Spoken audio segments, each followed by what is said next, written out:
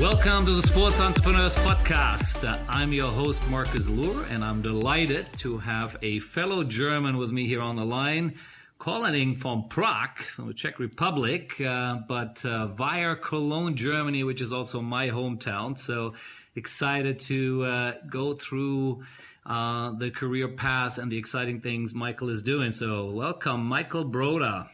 Hi, Marcus. Thanks for the invitation. Happy to be here today. Oh, awesome to have you on the line, Michael. And of course, in Germany, we would say Michael, but we'll stick to the German version here, the English version here. As always, let me quickly just do a bit of an introduction on who you are, and then we'll dive, as usual, deep into your stories and your career. So, Michael really started off in the banking world. Was one of the big German bank, Commerzbank, in investment banking side of the business. And we'll hear a little story maybe on that later. Got into, I would sort of call it, in German, we call it Mittelstand, sort of an SME business then, which brought you to Prague, back to your roots. Again, we'll talk about it later a bit. And then in sort of the mid 2000s, you started your, early 2000s, you started your own sort of investment group, Delta Capital, where you started to invest in certain companies in the region. And for the last 5 years, and this is really what we're going to head to, and we'll spend most of our time on, of course, is your now involvement and heavy focus on esports, gaming, investment in companies in the region and globally, as well as, of course, what you're building in terms of the new esports players league. So, but before we get there, let's go backwards to how it all started, how a fellow man from Cologne got started in the world of banking, and how that all led to where you're now. Tell me. Yeah, thanks for the description. That's correct. I started with Commerzbank in Cologne, and moved then a little bit to Frankfurt to the investment banking. Back in 20 years ago, it was cool to be a banker, and founder was still new, right? It was not the fancy word.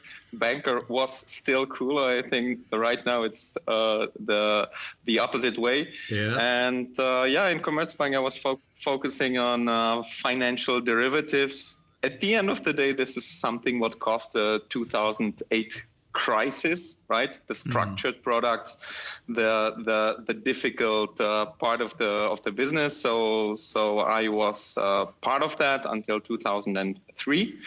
And I had a little bit the feeling of investment banking being, you remember this scene maybe from Wolf of the Wall Street, when in the very beginning they are sitting at the lunch, and the colleague of Leonardo DiCaprio is talking about investment banking, how it works. Yep. This is the way how I felt it, right? Okay. And I was having the opinion it's not sustainable in the long run, and banks become obsolete. So I left. Right. Yeah, no, I mean, we probably could spend a whole podcast just talking about the crazy banking world in those days, as well as, of course, what you're alluding to in the movie, and but that's not what we're talking about here. So we'll move on there, even though it would be, of course, an interesting topic to dig a bit deeper. So that what we then should do really quickly, just explain everyone. You obviously have your background, your family background, or your parents' background is from the Czech Republic. So even though you grew up in Cologne in Germany, so there was a job opportunity, I guess, as a CFO, of an enterprise in Prague. That's how you got back, I guess, there in early 2000s in that world, and then it all sort of started a bit to go from there. Just talk us through that for real quick. Yeah, so I was thinking to go to a different country for a year. This was my interest. My family had a shareholding in a Czech company, and so it was easy for me to move to this company, get into the board really quickly. I was getting the responsibility of CFO. It was close to banking, of course. And then it went well for quite a time. We were growing a lot, up to 5,000 employees. I was spending 3 years in that position. We brought this company up to 400 million euro in turnover. Wow. And this was quite of an experience in terms of big business, right? So I was responsible for M&A and all this kind of stuff. And in this young age, I think I was 27, 28, a really good experience. They taught me how to work 16 hours a day. I think we all know it, that this is something we keep doing, but it shows you that if you want to achieve something, you need to really be focused as any entrepreneur. Yeah. So I did that, and again, it was going quite well. The company was a little bit dependent on the government. Eastern Europe is a difficult region still. Yeah. And since the dependency became a problem, we needed to sell our shares. And this is when I decided also to leave the company. Got it. Interesting. Well, that's still a really cool story. And again, I've had someone on a podcast before who built, some very, very substantial businesses in Russia, which again, you can imagine how that is, living in Czech Republic and seeing how it works there. So then you got into, I guess, your first sort of round of, investment, you take your banking learnings there and started your investment group called Delta Capital. And obviously that still exists. I believe, and you've been doing, a bunch of things over the years. So, again, just a quick overview maybe of a couple of things you were doing there, some interesting stuff that worked, and, if anything maybe you did which didn't work as well. We always like to see both sides of the coins here. Yes. So I think that during the time of Delta Capital, I made something like 15 to 20 investment, right? Even though it's called capital, I didn't use any outside money during this time. Right. And this is why I started with turnarounds, because you obviously don't need a lot of capital if you are buying a company in problems. So this is how I started. And then I basically discovered the startup industry and seeing the advantages of the startups being technologically advanced. And at some point, it became my passion to combine old economy and new economy. Right? I still think that this is working, and so that's why I built up a small startup division to invest. This is ultimately how I got then into esports, and we did basically many industries: healthcare, security documents, forestry still. And at the end of the day, we ended up with security documents only. So Delta Capital, I resigned 3 years ago, being only the chairman of the supervisory board and taking care of strategy, so not being there full time. This company still employs more than 100 people and is focusing on secure documents, so producing paper license plates and then putting it all together with technology and using AI, for example, to identify documents. We call the buzzword smart and identification, exporting to more than 40 countries. So this business is running well. It's basically my pension for the future and everything. I'm cash cow, and everything I'm doing around esports. This is, I think, passion. So from that, as I said, I came to the startup industry. We did a couple of startup shows, Best of X, Central European Startup Awards, and then 2015, I invested in my first venture in the fantasy sports area. Fantasy sports, as you know, is really popular in US. And we thought back then it would be the same in Europe, but it was not. Still doesn't work. So we burned a lot of money in the German market, and this led me to a company which is called esports.com. Right? I was one small investor in the beginning, and then I took this company over as CEO. And we led it to an acquisition of Pro7 Media Group, who is the owner today, starting with the JV first. And I think we had a good business concept of building a global company. Now Pro7 is developing it from the German-speaking countries, at some point maybe going global. So what was the company CEO doing? Of to be exact, what was Esports.com all about? What was actually their business model or their business itself?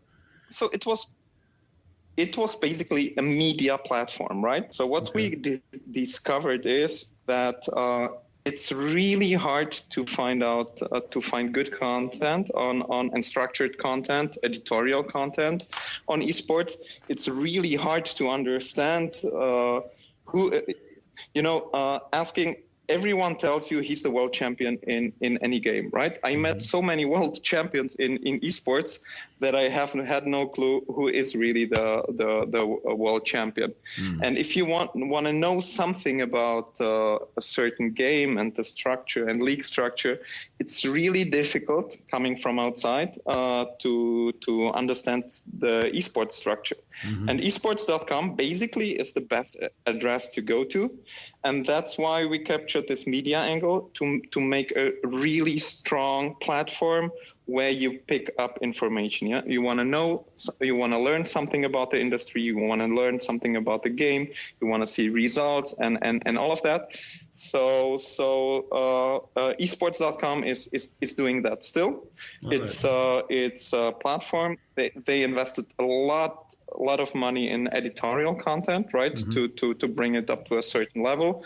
And I think this is prior to going global. So Pro7 for us was the first JV we signed, and Pro7 liked it so much that they bought it off. Got it. I mean, it's a great address, obviously, esports.com. So there's a lot of things you can do with it. I have to admit, I wasn't as familiar with it, but interesting. So it really is a news portal, gathering info, and I guess a question of where they're taking it from there, right? And I can see it's both in English as well, German, I'm sure, as well. Then, cool. Okay, so that one was was something you started. You then sold it off to Pro7, which obviously is one of the big German media houses.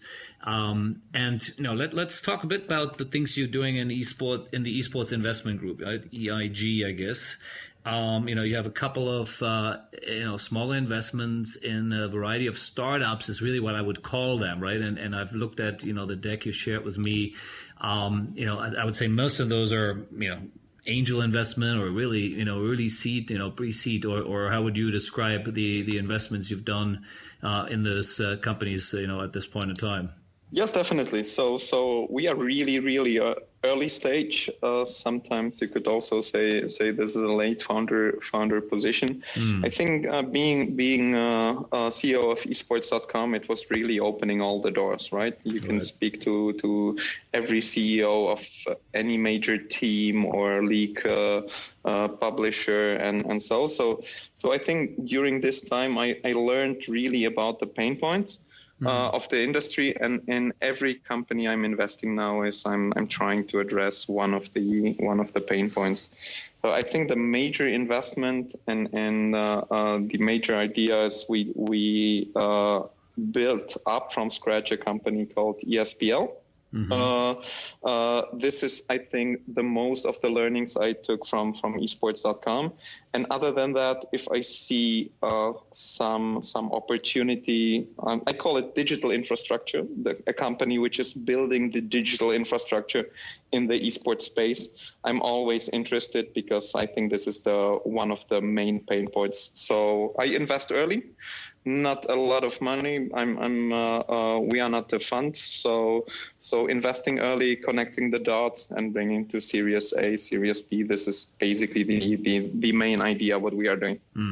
Interesting. Yeah, and obviously I have your deck, so I just want to pick on a few things I saw here, and maybe you give us a bit more, your story around around this. So, you said, we invest in data and money and in traffic, right? Because I think that's, again, what you sort of identified was one of the challenges, in rather investing in teams, for example, which I believe it's not really what you're focusing in.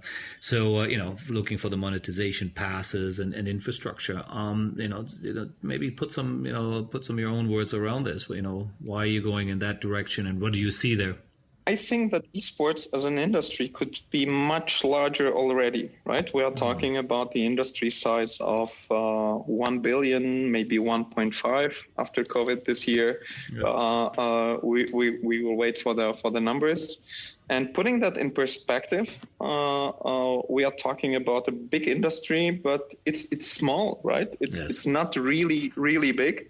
It's a budget of one big Premier League club. Yeah, it's actually about the revenue Barcelona had this year. FC Barcelona was close to $1 billion of revenue, and that's one football team. And so in comparison, yes. Yeah, that's the funny part, right? Everyone says it's a billion industry, it's huge, but putting that in perspective, it's really small. Yeah. So what I think overall is this industry can be much larger already. I was estimating, and I know not everyone agrees with me, but I think this industry could be already 25 billion by now. And the main problem is the infrastructure is missing, right? And the future is, how do we bring the money and the industry together? If you look from the high level perspective, and you compare traditional sports and the esports, you will see that this is a copy-paste business model, right? Media rights, sponsoring, ticketing, and all of that. This was until last year. Yeah. But from the business perspective, esports is very, very different, right? You have streaming, so you have so much content for free. It's a 24/7 business. It's digital, so you know who's watching, you know who's playing, right? And I think the future needs to deliver completely new business opportunities, how to engage with the audience, how to also build real value for brands, right? I think the sponsoring, we know, just to having a logo on the jersey, this will be over. I don't know if it's in 2 years or 12 years, but I believe that this will be over, and we will be bringing completely new business models. And with the investment we are taking is, we try to estimate what the business models will be. What is the highest value for brands? How can you play with traffic? How you can aggregate it? How to bring the biggest value for the gamers, the publishers, and the brands at the same time? And things need to be tested out, because we don't know everything, of course. But I think we need to see it also in a much larger context, what esports is going to be. And when we look at social media becoming basically a strong sales channel for brands, right? Yes. I think esports will be very, very similar. Right. Yeah, interesting. Yeah, and again, in your deck, it's all very much driven about data, right? Data collection, data processing, and how to use the data, of course, then for monetization, etc. So this is really clearly where it's very obvious that's your focus and your approach, and I guess that's how you've that's how you are picking some of those companies you are investing in. And so let's talk about a couple of them, which you've already invested in before we get to the ESPL part of the story here. Let's pick on one maybe here. Vibadu, or how do I pronounce that properly? I guess it's a social media platform out of Germany. Doing some work, I guess, there in also with some football clubs, etc. Tell us a bit about it. What exactly are they doing specifically? So Vibadu is a social media platform for teams, right? I invested again really early, and the difference between social media platform like Instagram and Facebook, we know it's we call it from me to we, right? Mm-hmm. That means a story is not one-sided anymore, but it's two-sided, and we think that teams need that. And I remember the reason why I liked it that much. I remember speaking to Carlos, right, the CEO of G2 or the owner of G2, mm-hmm. and he told me a story.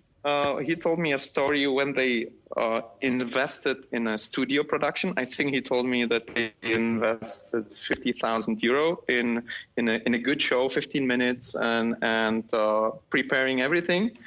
And then he told me after a tournament, I just took my iPhone and I went out of the tournament hall and was speaking for 10 minutes to my iPhone, right? Mm-hmm. So he told me 50,000 euro production costs versus 0 production costs. And the result was the same, right? I don't remember the number, 5 million here, 5 million there, everyone watching. And he told me the future is authentic content, right? Mm. And this is what I believe. And I believe that authentic content is important. And when you're looking at teams, also esports teams are generating 1/3 of its revenue via content, right? And I think this will remain the same or it will go up. And what are the audience interested in is authentic content. So you need to develop a platform for this. And if you combine it with AI, if you combine it with completely new technological models behind it, I think it has a future. So when we launched it, we wanted to start with esports, but we saw that monetization and esports audience and all of that, it's still slow. And but on the other flip side of the coin, we still believe in a big, I don't know if we can call it merger, but traditional sports and esports will grow from the business perspective together at some point of time. This is my strong belief. And so we launched it in the traditional sports. A couple of professional teams signed and are generating content on it.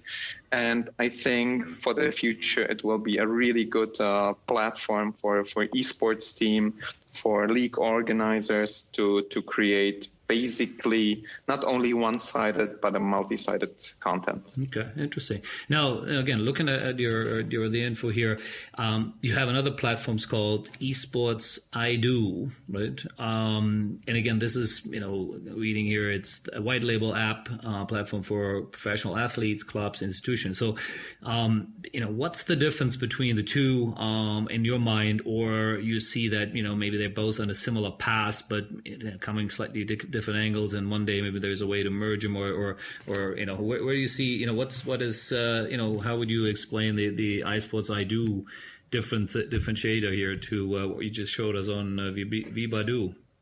So the only thing I think these two companies have in common is the target group, right? Okay. To deliver a service to teams.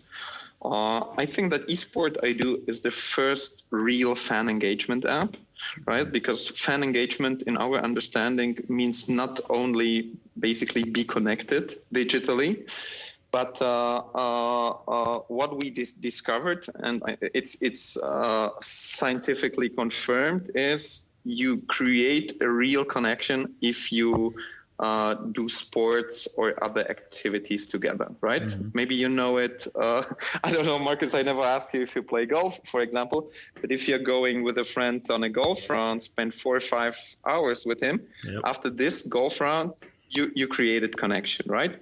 If you play with someone tennis or football, right, you create connection. Yep. And this is something we discovered there is a chance to do that digitally. Okay. And having a team or an individual star bringing his exercise, his real life stats into a digital platform and be connected. Okay. So you can decide, you can become via AR in future, and then VR really connected to him. This is what the platform is about. And then it's scalable, of course. So you can be part of that experience, and of course you can monetize this in a completely different manner. Interesting. Okay, I can see the connection and of course the difference now. All right, interesting. Now you got two other ones here, and maybe just quickly we'd touch on both a little bit as well. So then I think one of your latest ones is called Fantasy IA. Again, data-driven psychoanalysis. What is it? It's obviously not just a fantasy platform. There's more to it. Maybe talk us through that for a minute. Yes. So I think that the future in esports is AI at the end of the day, right? Mm-hmm. So looking at the esports industry, it's basically, if you simplify it, it's digits versus digits, right? Mm-hmm. You don't have these scalable problems like you have in usually in startups, right? Looking at Uber, this is a perfect example of a really scalable business model, or what you know from Southeast Asia, Grab. Yep. Really easy scalable business model, but at the end of the day, it has scalable limits. Scalability limits by how many drivers do I have, how many cars do I have. All these limits are not in the esports space, right? If a product is good, then you can scale it out. Right. And if you combine data versus data, and you use AI to classify it, to redistribute it, and to build products on top of it, then you can create completely new solutions. Let me give me one example we are thinking of. Mm-hmm. Matchmaking 2.0, right? Okay. You know that, for example, Faceit, which is a really successful company in the esports space, I think they had two main products why they were so successful. One was anti-cheat. And the second one was matchmaking, right? They did an outstanding job here, and that's why they are so successful. And now imagine you can both bring to the next level by using AI, right? Getting data not only from inside the game but also outside from the game, right? Assuming you are playing a team game, and you need to have 4 players and you just have 3, and you're not playing because you couldn't find the 4th one, right? Mm-hmm. What if we can deliver data outside of the game by analyzing everything and saying, based on his behavior in a chat, this could be potentially a good candidate on playing Free Fire with this group of people. And we suggest it to him at the very same time because we know he's online and he could potentially be willing to play, right? Okay. And I think this is somehow the way where it goes. And that's why we cannot really predict the future, of course, how it's going to look like. But the main difference for me from going from gaming to esports is you're going from closed data into open data, right? Okay. This is a main game changer because esports is an industry, right? It's not only about the publisher anymore, and the data are becoming open. They are becoming accessible. You know, everyone is writing on the chat. Many are streaming and speaking, and suddenly you can start to understand what's happening. And then you can make a really good product fit, right? And this is why we are talking about data so much. It's not about, collecting, but make a much better understanding who's in front of the screen and then offer him the right solution in the right time, right? And this is what also Fantasy AI stands for. So I found a couple of scientists basically researching data for complete other industries, and then we learned that we can apply many things to the esports industry. So we set up this project and look at it that way. Oh, awesome. Where are they based? Just out of curiosity, where do you find these guys in Eastern Europe, or where these guys are sitting? So we are working very often with IT people from Eastern Europe. So we are working with guys from Moscow. These AI people are from Prague, and we have also many developers in Belgrade, basically via the company 2G Nation. Interesting. I mean, and anyone from the industry knows that there's a lot of very smart tech guys sitting in this part of the world. In the different groups, different parts of Eastern Europe. There are a lot of times, obviously, a lot cheaper as well. And that's where I think people go there to find developers and the back end side of it. And so I think you are in an interesting space where you obviously on the ground to have these meetings and conversations and find those clever guys there. So I think that's unique and different than if you're sitting in Silicon Valley, right? Yes, sure, there's lots of smart folks there, but again, there are those pockets around the world too, and I know Eastern Europe or certain countries at least in that region are very similar, right? Is that your experience as well? Yes, definitely. The prices in Silicon Valley are insane. There are really good business people, right? I think I'm looking many on YouTube channel and many VC stories, and A16Z is something what I like basically the most. And these guys are really, really clever in terms of how to set up a business, how to structure the industry, how to connect the dots. But at some point, it's clear if all the tech companies are in Silicon Valley, it's not possible to have all the IT people there, right? So I think this is one of the advantage. And at some point, you need to connect these opportunities. So at some point, VC investors needs to invest in our ventures to learn also from them. But in terms of IT, especially prices, but also quality, the quality is really high in Eastern Europe. You have a good chance to develop something and to come up with new ideas. And I think this is something what I like very much about the esports industry, because I don't think that in the long run it's all about capital, right? Bringing the startups like WeWork and the ones I mentioned already to a decacorn, it's about capital, right? How much do you raise on the journey? Yeah. And esports, I think that at some point to develop a unicorn, it doesn't need 100 million of investment. It can be 5 or 10, because you are in such scalable space, and using AI can give you much better traction without not investing that much of money. That's why I'm so focused on tech, and basically my role is to try to connect tech opportunities with business opportunities. I think I know a little bit of both, and if we make the right connection, then we can be successful. Interesting. I'll have two more questions before we move on to the ESPL world here. One is, looking at all these countries you're in there, which are the ones really would stand out a bit? I mean, you are obviously in Czech Republic, but if you look at your neighbors around you, who is really sort of, you would say that's where these tech startups are, and it's just an incredible group. Is there one which stands out more than other?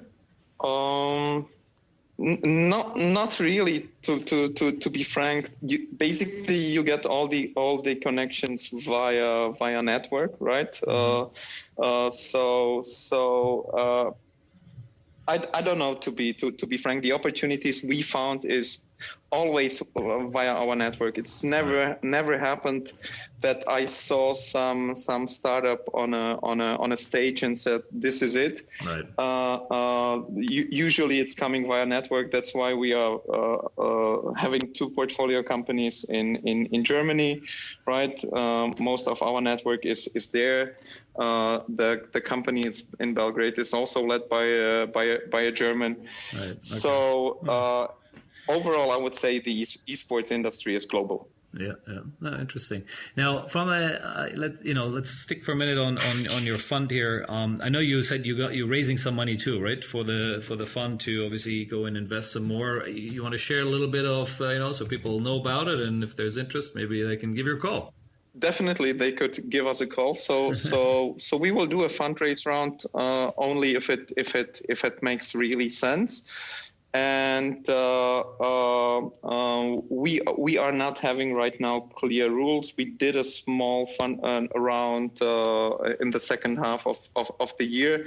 And we are definitely looking for doing a bigger round in 2021. So basically, it's not that we will raise anything until end of the year, but slowly but surely we will prepare for something 2021. And whoever is interested and likes this investment philosophy and the way we are thinking about esports should give me a call for sure. Yeah, we'll come to that later. Now, before we start wrapping here, is let's really have a good chat about ESPL, right? The Esports Player League. You are the CEO of it, so this isn't just an investment. You are sticking your neck out there and driving it from the front. And talk us through a bit. I believe you had an investment in another group here, which also builds tournament engines. So I'm assuming maybe they had something to do with this and how you looked at it. But to frame it, the way I understand it is, it's an esports tournament platform. It's really about finding the bedroom warriors or the bedroom players, and giving them a chance to take them all the way to become pro gamers. So that's, I believe, how you guys position it. Talk us through how it started and where you're at now, and what's the big sort of plans for next year. Yes. So I think the big advantage we had having an investment, we could have been faster in scaling out technology. What I learned in that space, and this was one of the hard learnings also at esports.com, to build up a tag for the esports industry, it's not easy, right? It's not that you go like on Shopify and white label the platform. You need to have a deep understanding about the mechanics. You need to understand what API is and so on. So 2G Nation helped us to navigate through this problem. Of course, ESPL has its own tech team now. And basically, it helped us a lot to start off, right? Because all the knowledge this company had, and I'm mentioning the tech part of the esports industry so heavily because it is a tech game at the end of the day. You are in the open space, and if you mess up somewhere, do not deliver properly. You can get a shitstorm immediately, right? So you need to take this things seriously. It's not that it's hidden.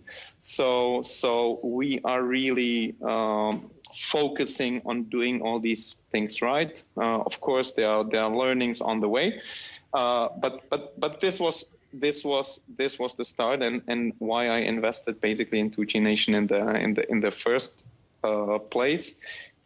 If you're building any esports product, you need to have someone who's having your back, basically, right? Because to set up a full team from scratch, it's a path.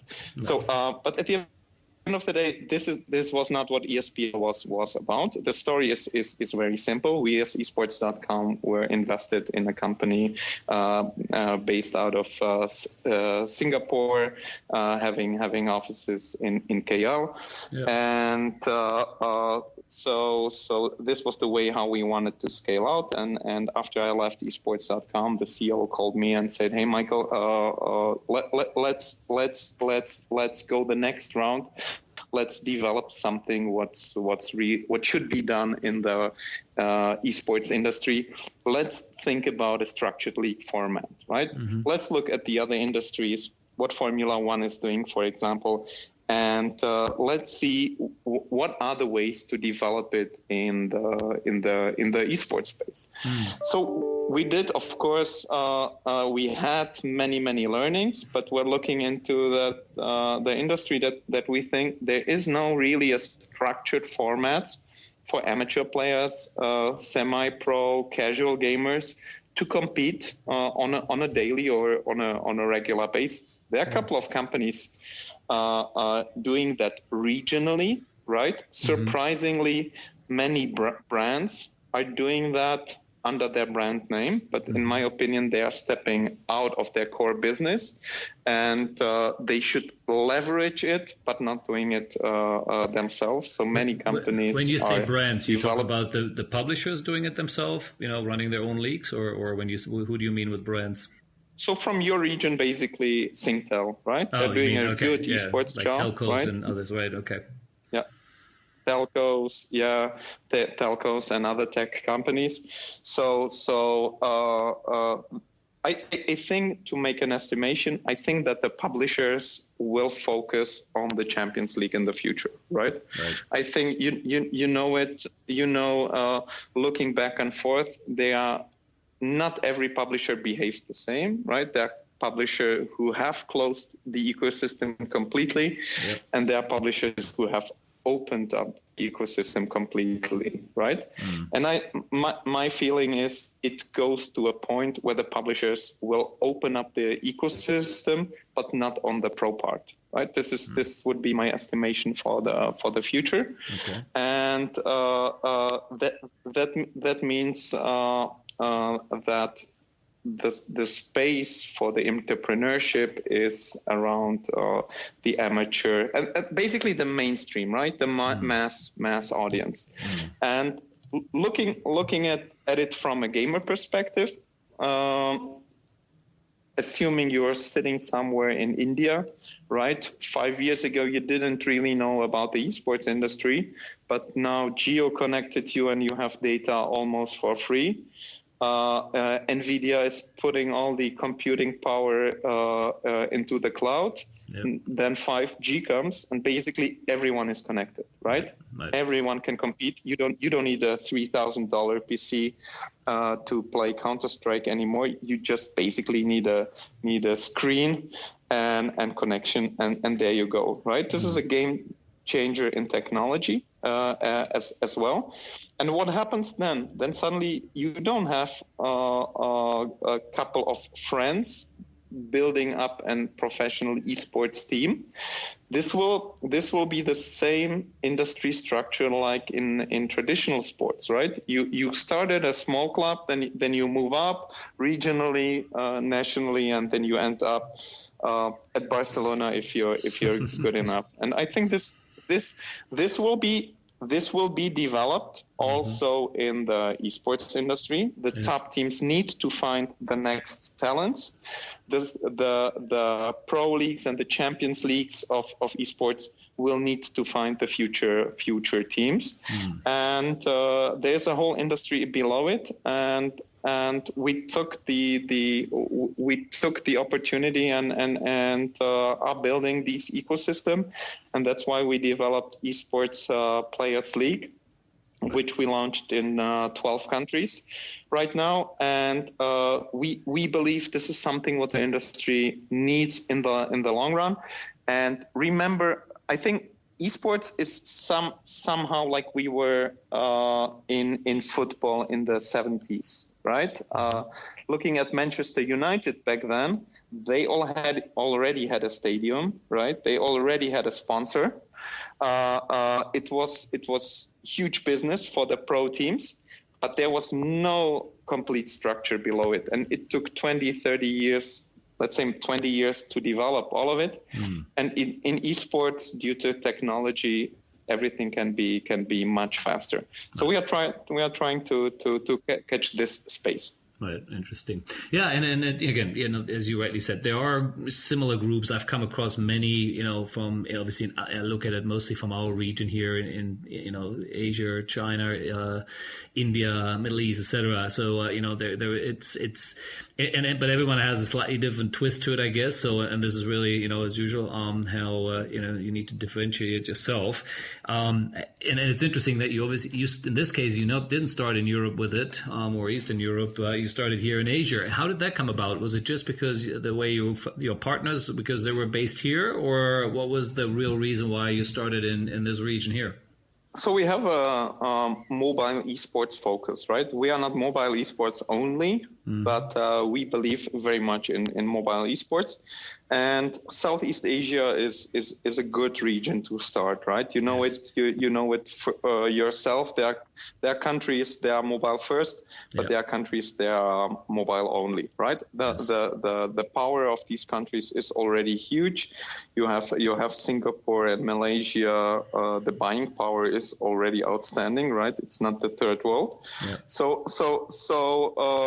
And luckily for me, I have two very, very good partners who are from this space, who know the industry, who can connect the dots, and basically they brought me in on that. So initially ESPL wasn't my idea, so we were three founders. Two of them are from Southeast Asia, so this is how it all started. And overall, I think that setting up a company, structured leagues in the mobile esports space, I think Southeast Asia is a really good place to start. I agree. That's why we're here. But we were here for other reasons. But I do agree. I mean, mobile is huge here, and we do see huge traction here. Now, let's get a bit into what is all on. It's ESPL.gg. That's the website. Or the web platform. So yes. When I looked at it, there was some tournament in Malaysia. I believe there's something in India already starting. What I saw as well, you had the different usual sort of bigger mobile games, Free Fire, Mobile Legend, Call of Duty, and others you're working on. So what is already live, and what's the plan? Maybe now we're at the end of the year, of course, but what is sort of the big plan for next year in terms of what games you're going to be having? What sort of even prize money, of course, you already have as well. Where do you see? Just give us a few of those ideas here. So we would like to increase the number of countries we are in from 12 up to 20 next year. Mm-hmm. So we will definitely become stronger in Southeast Asia. Right now we are covering 3 countries: Malaysia, Singapore, and Indonesia. Mm-hmm. So we will scale that out to up to 20. I think in terms of games, we will definitely will have on our platform the major mobile esports games, right? The one you mentioned, they are number 1, 2, 3, and 4. So doesn't matter which one it is. We want to have the mainstream games on our platform, and right now we started amateur championships in many countries, happening in Mexico, Turkey starting now, India we launched, and on top of all of that, we are doing so-called challengers, invitational cups. And I think most important, we develop a concept internally, which we call brand activation, and brand activation 2.0, sorry. And this is how do we integrate a brand in a full esports tournament experience, right? That it's basically covered in the branding, and how can we do the experience for the user so he really gets a connection to the brand, but still he has his full esports experience, and after this tournament he knows what the product is. this brand became a sympathetic brand to him, maybe a love brand in the future, and how to combine that. So where do we go in future? We will have 2 times a year structured championships in the major games for sure, being in 20 countries. And we want to do a lot of brand-sponsored tournaments, telco-sponsored or activated tournaments, and for the next year also user-generated tournaments. Right.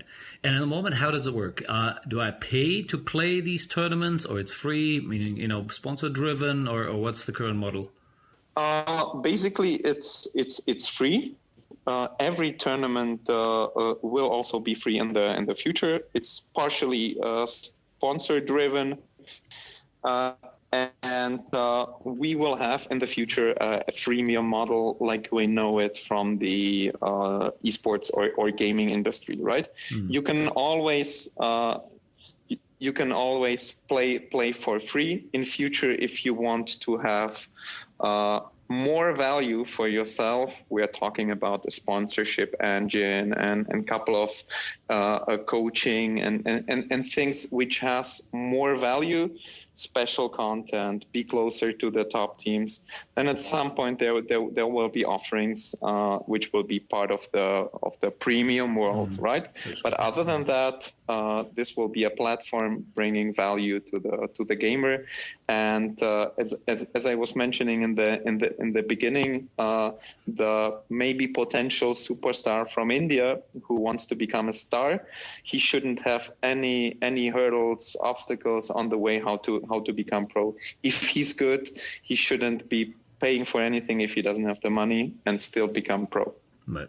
Yeah, and it's so again, which is the part I like really about it, and it's obviously what we're highlighting here is the you're building a career path for anyone. Mobile is of course the easiest place for anyone to enter. As I said, even a low end mobile device out of India or in Indonesia, wherever, it works. And a lot of these games like Free Fire is built towards that anyway, right? That is the whole graphics is built towards not the top end of the market, but really the entry point. That's why they have 600 million downloads globally, and 100 million daily users, which are just crazy numbers. We do some work with Garena and Munton and these guys who, do Mobile Legend as well. So I know all these numbers are incredible companies, done, very well. And I can see where you guys going in there and trying to build that sort of, I guess, tournament system around it. So not just people play it because they want to do it with their friends on the weekend or during the week, but, have a little more structured around it. Really interesting. Now, let's throw a couple more numbers around here. So, you mentioned 12 countries, and, I believe, I saw somewhere before you had, a few 100,000, like 400,000 users. Those are registered users. People have come online and put their names and numbers down, so to speak, or talk about that. Yes. Registered users are, they need to register with email or phone or both. And how many you have? What's the number now? What's the current? So we are close to, we are close to 100,000. 100,000. And our 100,000, and the target for next year is 1 million. Wow. Okay. Now, if I also recall it correctly, is the model, the way you're rolling into these countries, is really a franchise model, right? You're looking for local partners. It's not necessarily you doing this all on your own. Is that correct? Definitely. We are basically as ESPL, we do all the tech part, global branding, global sponsorships, and all of that. And then we have a country partner who knows the space, right? Who knows the community. So coming to India again, our biggest country, we work with Paytm. Paytm is a fintech provider backed by SoftBank, Alibaba. They have 500 million users in their wallet and 50 million gamers on the platform only. So the relevant group for us. So together with Paytm, we do the esports part of the story, and any country partner needs to have a contribution for us that he's either experienced in esports or has somehow the relevant target group, right? So a telco could be a good country partner. Fintech like Paytm is a good country partner. In Mexico, for example, we work with Arena Esports, the number one esports company in Mexico. And they know how to work with brand. They know the audience and all of that. Yeah, great. Look, I like it. I think I like the franchise model. It also, as you said, it gives you the chance to then truly become local, right? Because that's the hard part, of course, really making it relevant in every market, which is different, right? Mexico is different than Indonesia, than India, no doubt about it. The local nuances is, and you guys are on the back end, the tech side of it. Who's done all the, I guess you have people who then do all the different languages and do the translation. Is that done by the local partner, or are you guys doing this on a headquarter level? This is done by the local partner in a couple of countries. English is used pretty much, right? Also in countries like India and Latin America, sometimes you need to localize to Spanish. Yep. But many countries or many gamers are used to use English, and that's easy. Other than that, it's being localized. And I want to catch up on the point you said about competition, right? We, of course, know that there are many companies trying to do something similar, and everyone has a different approach. I think that basically it's good for all of us, right? If the industry becomes more and more structured, then it will happen what happened in any other industry. Like when you fundraise for a company, you will buy off this competitor and that competitor to combine this business model, right? Yep. And to build it to the next product, right? Absolutely. So I'm not afraid of this competition. I think it helps because everyone has some learnings. Yep. And there will be one company maybe scaling out this business model the fastest. Of course, I hope that it's going to be ESPL, but anyway, I think that at some point there will be consolidation on the market, and good companies will grow together, and then something will develop out of it. I don't believe that one company is taking all the market in this future. It can look like at the end of the day, but basically then it's an industry game, and this is good for all of us. I totally agree, and again, we've been talking about mobile gaming so much here, but in the US and other markets, it's still console, it's still PCs, which is driving it there, right? I don't think mobile is such a big thing yet in the US, as an example, right? So again, very different depending on the region. Mobile again in China is already massive, but that's such a locked up market that, again, as a Western brand, you really can't get there anyway. so let's leave that out. But there are plenty of places, of course, which are large and interesting around the world, which you're entering. And South America is a exciting space. I always hear from these mobile operator. There's a lot of similarities to Southeast Asia. Again, very mobile driven, similar audiences. The games do very well there. There are very different pockets around the world where, again, a different business model would work, and no one can really do the whole world anyway, right? It's unless you Google or whatever, or Amazon will throw money at it eventually. Michael, this was good fun here. I learned a lot of new things here. Really interesting, all the stuff you do. In the Esports Investment Group, of course, which we touched on, and then now, and that all sort of, you can see now of all the things, I guess, you're investing in, how you always look at, I guess, how that tallies up with ESPL and the services you can combine. So it's an really interesting and unique ecosystem I think you're building there. So I wish you continuous best of luck with it. I'm very certain we will continue to keep talking, and of course we are, crossing paths here in certain ways already. So best of luck. Any last thoughts here of what it is? Maybe also if you want to leave how to contact you. Obviously, you on LinkedIn, people can reach you there. But any other way, if someone wants to have a chat with you about something, what's the best way to reach you? Well, LinkedIn works perfect. I like it the most. So anyone, you can find me on LinkedIn or via ESPL.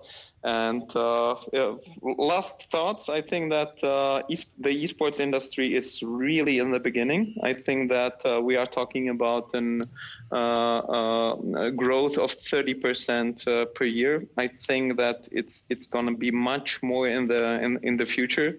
And esports, it's not only competitive gaming. It's much more. I think this is an acquisition, retention tool, distribution channel of the future. So I think that this is one of the main messages.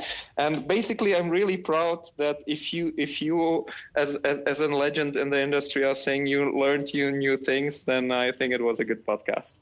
No, absolutely. No, there's good stuff in here, and like I said, we keep learning from each other. That's the whole idea of the podcast, and for ourselves, of course, and for all the listeners. So there's always going to be someone who knows a bit more about something, but they will pick up pieces of what someone else is doing, and that is what we're trying to do here: fertilize the industry between traditional sports as well as, of course, and within esports.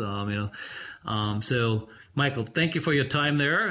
Have a good day ahead in Prague. I'm sure you get some nice sort of autumn weather there, and we'll talk again soon. Yes. Thank you very much, and talk to you soon, Marcus. Ja, bis bald. Tschüss. Tschüss.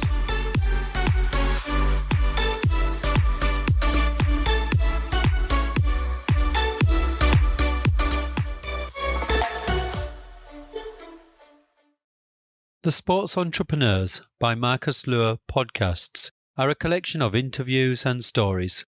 All content in this podcast is the copyright of Marcus Luhr. Reproduction and distribution of the presentation without written permission of the owner is prohibited. All rights reserved.